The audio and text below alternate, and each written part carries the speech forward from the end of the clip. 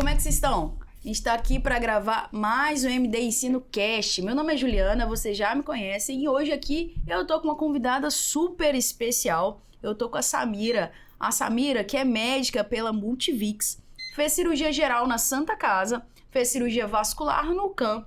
Hoje atua em ambulatório, faz Doppler, atua no centro cirúrgico, manejo de paciente internado. Ela então é cirurgiã vascular e a gente aqui tá para falar sobre doença arterial obstrutiva periférica. Bem-vinda, Samira, tudo bem? Obrigada, tudo bem? Bom dia. Bom dia! A gente vai bater um papo aqui super legal sobre doença arterial. Eu acho que é algo que aparece em todos os lugares, seja em unidade de saúde, seja em pronto-socorro, seja em paciente internado, na UTI, na enfermaria. Em algum momento a gente vai esbarrar e acaba que a gente não tem muito manejo, né? Acaba que a gente acaba chamando o cirurgião em todas as situações, o vascular, e ele ajuda a gente, mas a Samira vai trazer aqui algumas ajudas pra gente, né? Claro. Ajudar a gente a manejar esse doente. Samira, esse paciente chega no pronto-socorro, ou no pronto-socorro, ou na UBS, né, que seja. O que ele fala, como que ele tá, o que ele tem que chama atenção para uma doença arterial? Tá. Então, o paciente da OP, que é o paciente com a doença arterial obstrutiva periférica, o nome já diz, ele tem uma obstrução da artéria, um estreitamento dessa artéria. Então, tem uma diminuição de fluxo sanguíneo arterial, que é um fluxo que vem da região central para a periferia. Então, o sangue está chegando com dificuldade na região posterior a essa obstrução. Então, por falta de sangue, falta de oxigênio, começa a liberar ácido lático, esse paciente tem dor. Então, o principal sintoma do paciente com DAOP é dor. E aí, essa dor ela pode variar, desde uma dor leve a uma dor grave, isquêmica em repouso. E geralmente a dor desse paciente é uma dor em característica de claudicação. O paciente ele anda e depois de andar uma certa distância, que aí vai variar de cada paciente, ele precisa parar para melhorar o aporte sanguíneo dessa perna e melhorar a dor. Então é um paciente que anda um pouco, sente dor, melhora para conseguir andar mais um pouco. Então o principal sintoma é a dor. Outra característica desse paciente que geralmente chega em pronto-socorro é a ferida, justamente uma ferida isquêmica, uma ferida por falta de sangue. Então, dor e ferida, principal característica do paciente com DAOP. Pode não ter ferida? Pode não ter ferida, vai depender. Inclusive, o paciente DAOP, ele pode não ter sintoma. Em um paciente com a doença mais leve, ele pode ter uma oclusão arterial, esse membro está compensado por colaterais, ou então é só uma estenose mais leve, que também é caracterizado como um paciente DAOP, e ele não tem sintoma, ele toma as medicações dele. O ideal é seguir todas as orientações que a gente deve falar mais pra frente de conduta desse paciente, mas é um paciente que a gente maneja ambulatorialmente sem problema. Esse paciente com dor, mas sem ferida, por exemplo, no pronto-socorro, assim, como que a gente vai suspeitar? É por isso daí que você falou de exame físico, de história, né? Mas em relação a exame, vai ter alteração de pulso, de temperatura? Como é que vai ser? Então, o paciente com DAOP, a história clínica dele e o exame físico é muito importante pro fechamento diagnóstico, né? Então, a clínica dele a gente já comentou, essa dor, muitas vezes vai ser a claudicação ou a dor isquêmica em repouso. Então, você vai avaliar esse paciente no leito, vai fazer o exame físico, e na inspeção você já vai ver um paciente com sinais de isquemia no membro.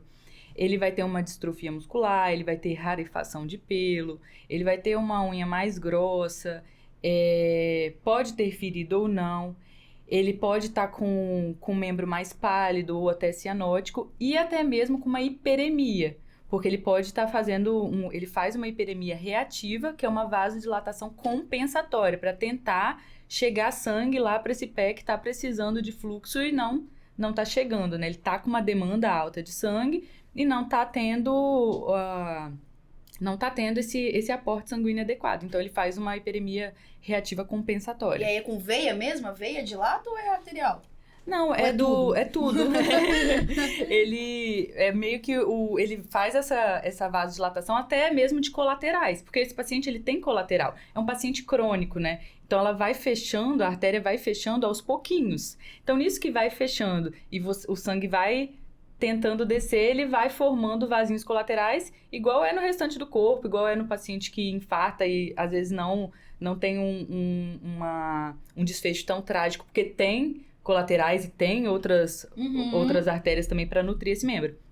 Então, é mesmo... A hiperemia reativa é num caso até mais grave mesmo da OP, que o paciente está tentando compensar esse membro de qualquer forma. O mecanismo seria mais ou menos o mesmo, assim, do infarto, por exemplo.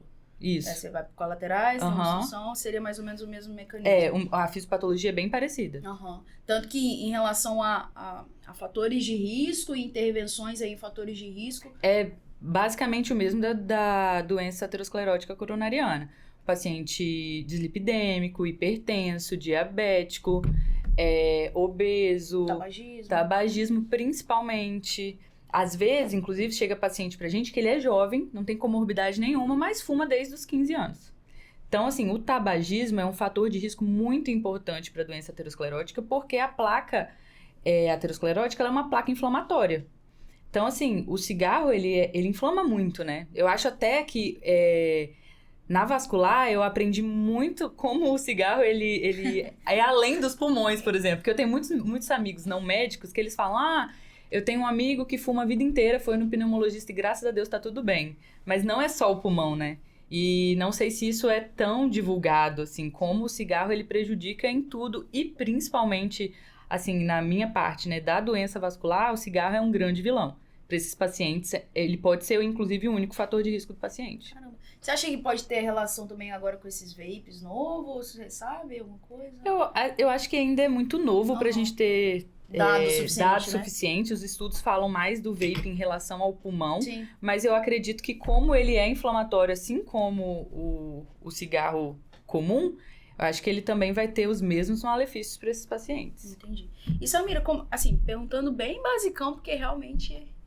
Como que a gente faz para diferenciar, por exemplo, de uma insuficiência venosa?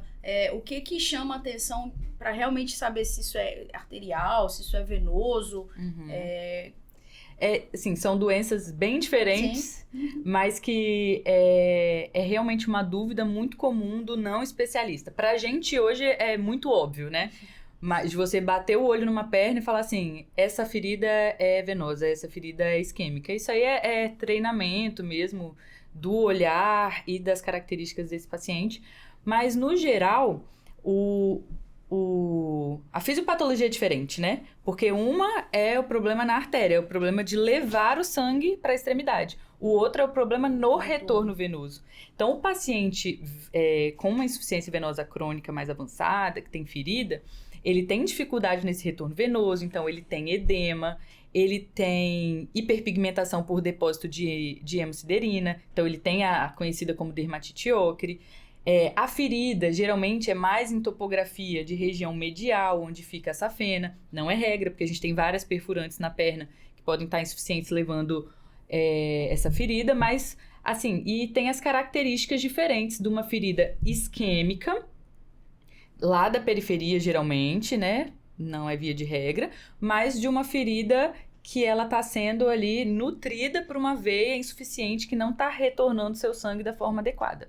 Então, o paciente venoso ele tem edema, tem essa ferida, ele reclama de dor no final do dia, melhora com as pernas para cima. O paciente isquêmico é o contrário. O paciente isquêmico, se ele levantar a perna, o sangue não vai chegar. Dói mais. Então, dói muito mais. O paciente que tem dor isquêmica em repouso, ele dorme com a perna pendente na cama. Ele tá retinho com uma perna aqui, a que tá mais grave tá aqui pendente na cama. Porque para melhorar a entrega de sangue arterial na periferia. Isso, entendi. E em relação à palpação de pulso periférico, na venosa vai ter pulso, na arterial? Se ele tiver só uma doença venosa, realmente, ele pode ter a doença mista, mas se ele tiver só a doença venosa, ele vai ter pulso normal. Ter pulso femoral, poplite, pediúcio, tibial posterior. Às vezes você tem uma dificuldade de palpação com o pé muito inchado, mas no geral as artérias desse paciente são sadias. Agora, o paciente com DAOP, ele tem uma oclusão em algum lugar. E aí, vamos supor, uma oclusão, uma doença aorta ilíaca. Então, ele não vai ter pulso femoral comum, provavelmente não vai ter pulso daí para baixo. Ou vai ter pulso, mas um pulso alterado, diminuído, que vai depender do grau de estenose ou oclusão, né? Se esse paciente tem uma uma oclusão de femoral superficial, já a nível de coxa, ele vai ter pulso femoral comum. Aí ele não vai ter poplite, provavelmente. Então, assim, no geral, as doenças mais distais, que ele tem abaixo do joelho, então ele não vai ter pulso pedioso, tibial posterior. Então ele vai ter uma ausência de pulso ou um pulso diminuído justamente pelo fechamento ou estreitamento dessa artéria. Samira, eu acho que o paciente com dor apenas, talvez ele não apareça no pronto-socorro. Ou talvez apareça, né? Talvez apareça mais na unidade de saúde. Mas apareceu no pronto-socorro. Como que eu faço a decisão entre internar, até encaminhar para o especialista ou seguir esse paciente ambulatorialmente? Então, o paciente, ele pode, igual eu disse, ele pode ter DAOP e não ter sintomas. Então, esse paciente provavelmente não vai chegar no pronto-socorro, não por isso. Ele pode claudicar, e aí ele pode claudicar para distâncias maiores ou menores, e ele pode ter uma dor isquêmica em repouso. Então, se esse paciente ele chega no pronto-socorro e ele tem uma dor isquêmica em repouso ou ferida, não precisa ter os dois, só a dor isquêmica em repouso já mostra a gravidade, ele é um paciente com isquemia crítica, é um paciente que precisa internar, é um paciente que precisa receber uma intervenção, senão a evolução dele é das piores, né? Ele tem risco de perder o membro. Então, a gente tem algumas classificações, por exemplo, a classificação de Fontaine, que ela é mais fácil, assim, ela tem menos características, então é fácil para você abordar no pronto-socorro. O paciente que é assintomático, o paciente que claudica, e a 3 e 4 dessa classificação é o paciente com dor isquêmica em repouso e o paciente com ferida. Então, 3 e 4 precisa internar e precisa intervir. Entendi. E aí, qual o primeiro manejo ali? Eu solicito algum exame de pede exames da internação, né, exames laboratoriais. Agora, em relação a exame, hoje em dia acho que quase todos os grandes centros, pelo menos daqui de Vitória, tem ultrassom Doppler no pronto-socorro.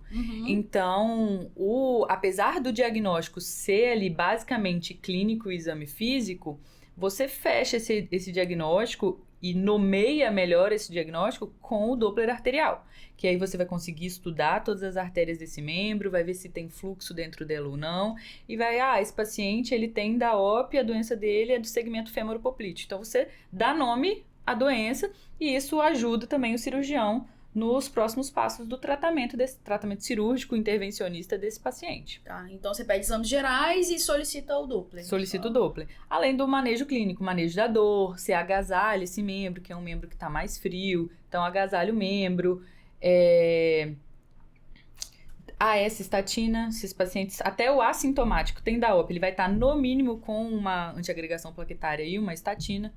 Então, tem que manter na internação mesmo. Ele pode ser operado amanhã. Pode manter a AS estatina, a gente opera com AS.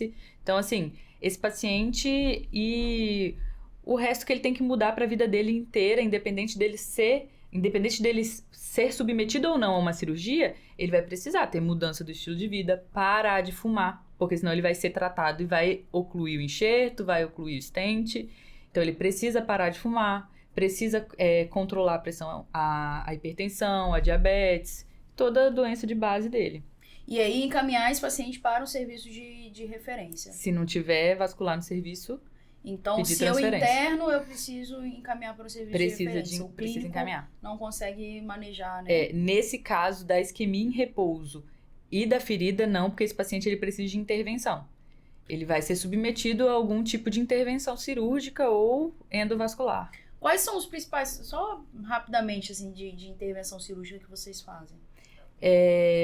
Esse paciente ele pode ser tratado de duas maneiras, ou na hemodinâmica, por um tratamento endovascular, que é menos invasivo, é feito por uma punção arterial, geralmente na região inguinal, mas pode vir por cima também nos braços, a depender do grau de doença desse paciente, o local da obstrução, né, mais escolha mesmo de acesso cirúrgico.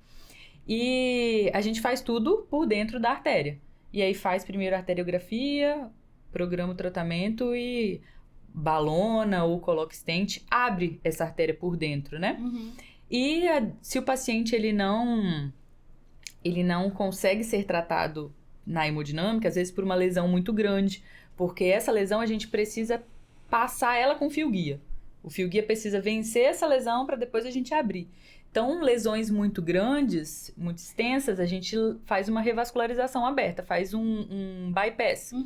E aí a gente pode utilizar a própria veia do paciente, a veia safena. Por isso que muito paciente que acha até que a safena é do coração, porque ouve só a ponte de safena. Mas a gente também usa a ponte de safena na perna, ou pode usar uma prótese, mas no geral é para pular, fazer uma ponte mesmo. Tem uma artéria boa aqui, tem uma oclusão longa aqui, e uma artéria boa embaixo. Eu faço uma ponte para esse fluxo poder chegar no pé do paciente. Entendi.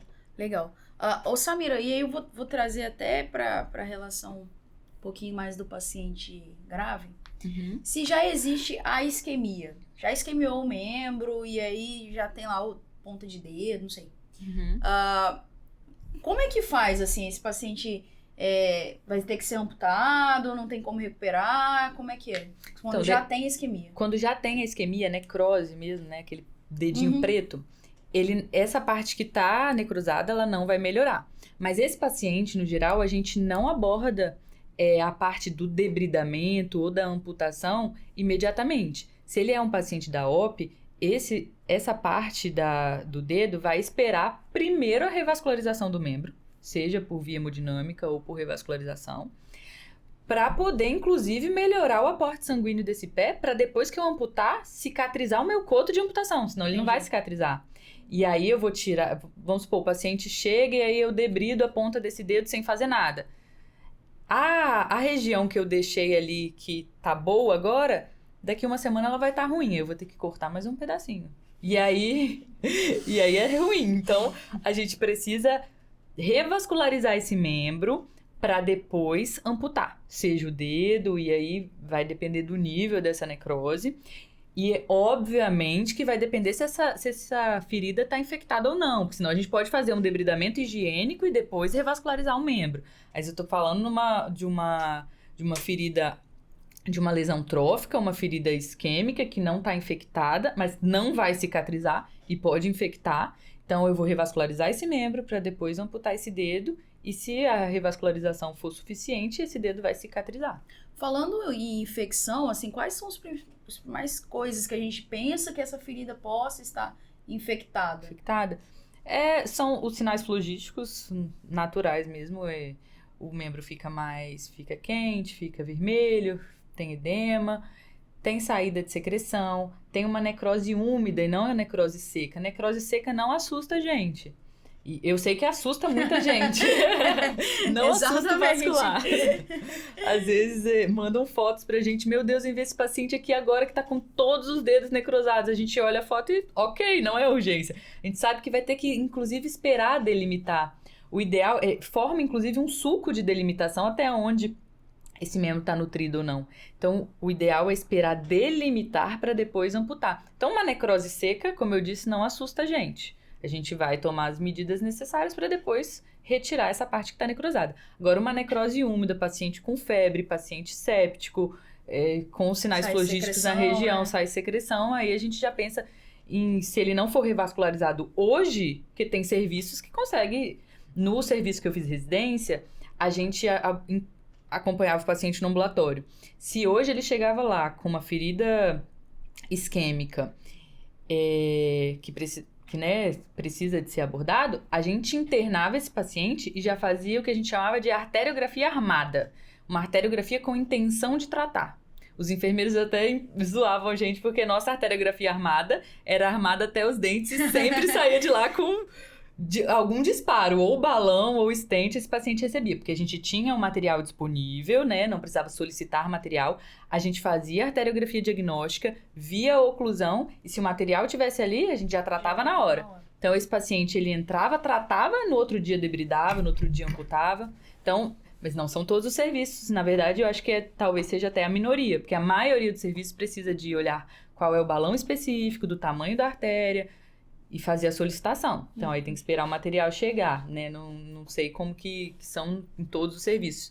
Geralmente não tem todos os materiais disponíveis. E às vezes não tem para esse paciente. E aí, se ele tiver com uma ferida infectada que é mais urgente, você trata ela primeiro, Primeiro trata a infecção e depois faria a abordagem. Depois faria a abordagem, se não tiver de imediato. No melhor dos mundos, você vai lá, revasculariza esse membro e no outro dia debrida. Entendi. Ou, se possível, no mesmo ato cirúrgico debrida. Uhum.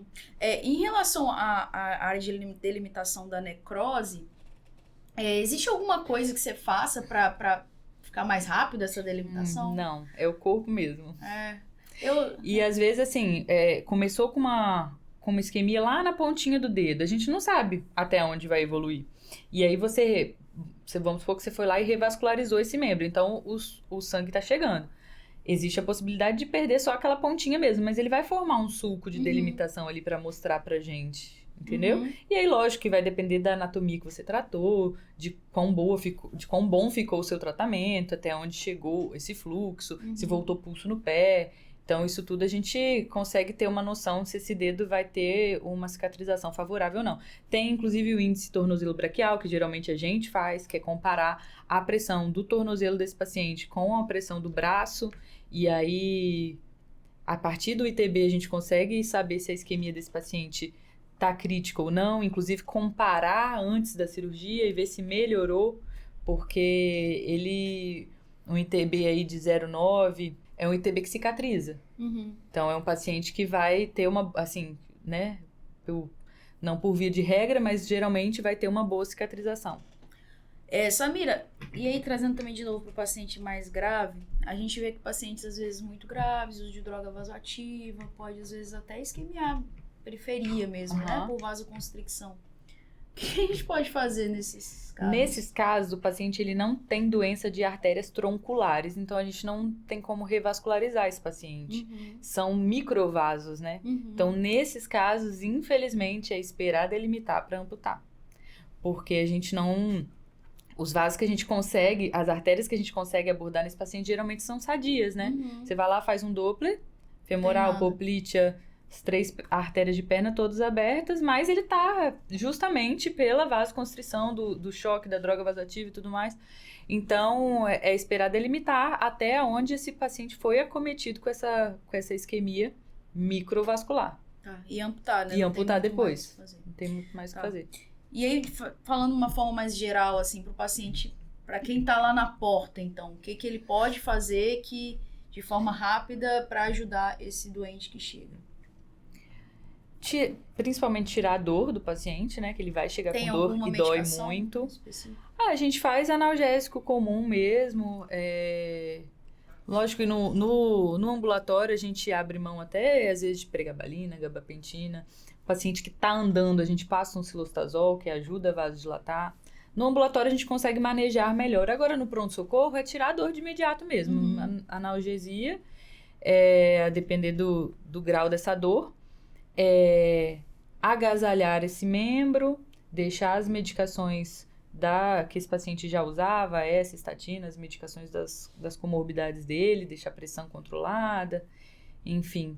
E pediu parecer da vascular. Chamou o médico. Porque o tratamento desse paciente agora vai da classificação 3 e 4, paciente com isquemia crítica, vai ser a abordagem cirúrgica. Entendi. Mas, de qualquer forma, se você optou por internar, ele vai ter que ser acompanhado pelo especialista. Isso. Mesmo que não tenha abordagem Mesmo que não tenha. Mesmo que olhe e fale assim, não, olha, esse paciente aqui, ele não tem como operar.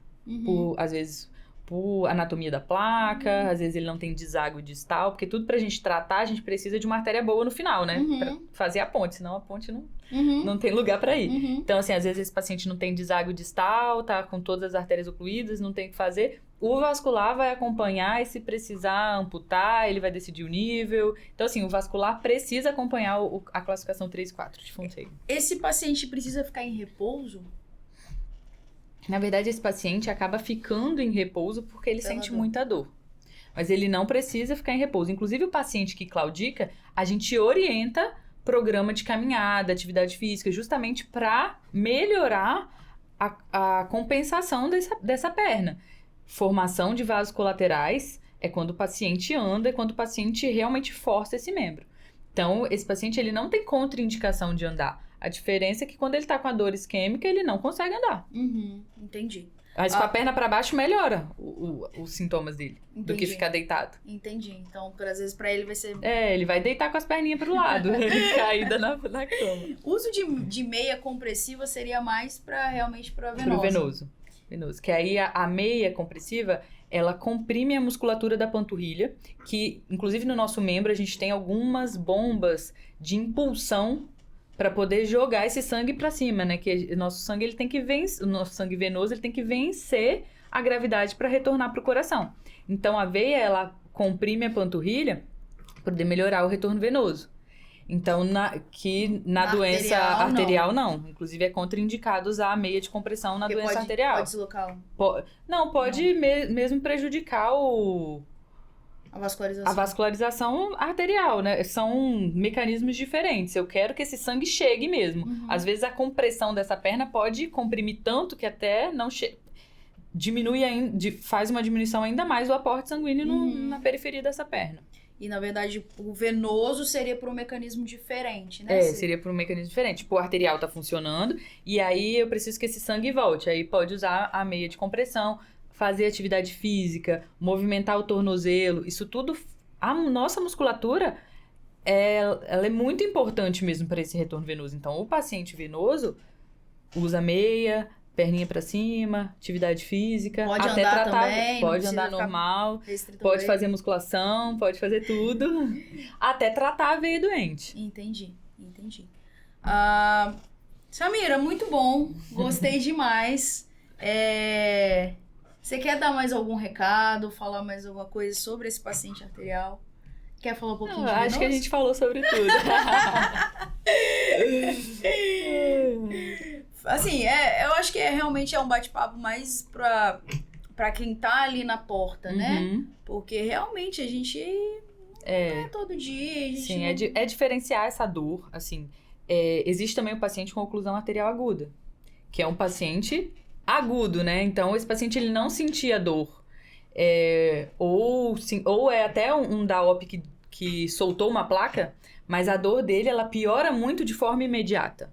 E o paciente com DAOP mesmo é uma doença crônica. Então, mesmo quando ele chega em dor isquêmica em repouso, ele vem te falando que isso vem piorando aos poucos. Até o momento que ele já tentou de tudo, já tomou dipirona, paracetamol, já fez de tudo em casa, tá enchendo a cara de anti-inflamatório e a dor não melhora. E aí ele vai pro pronto-socorro. Mas é um paciente crônico, é a diferença da oclusão arterial aguda também.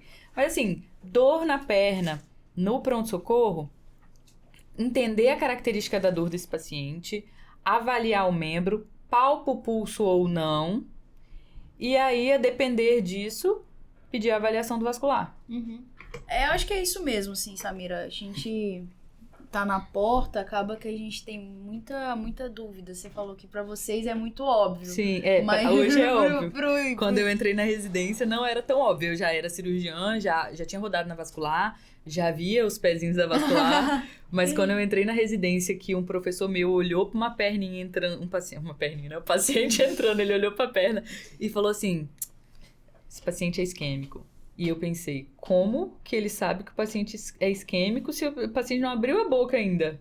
Só de olhar para a perna dele, o tipo de ferida, o jeito que o paciente anda. Então, assim, são características que com o tempo a gente vai aprendendo, porque realmente é muito padronizado e tem um porquê. É igual eu falei, é muito diferente pra gente. Hoje é muito clara essa diferença, porque o mecanismo é diferente. A artéria tá levando e a veia tá trazendo. Existe esse equilíbrio. Quando um dos lados está doente, vai gerar sintomas e eles são diferentes. Por mais que eles podem ser mais minucioso para alguns, com o tempo você vai pegando esse jeito e a gente consegue diferenciar. Então, assim, se tá na dúvida e tem um vascular no serviço e o paciente tá lá com dor isquêmica em repouso, com uma ferida, chama o vascular. Não tem por que não chamar. Legal. Entendeu? Legal. Samira, quer deixar aí suas redes sociais? Vai falar onde que a gente pode te encontrar?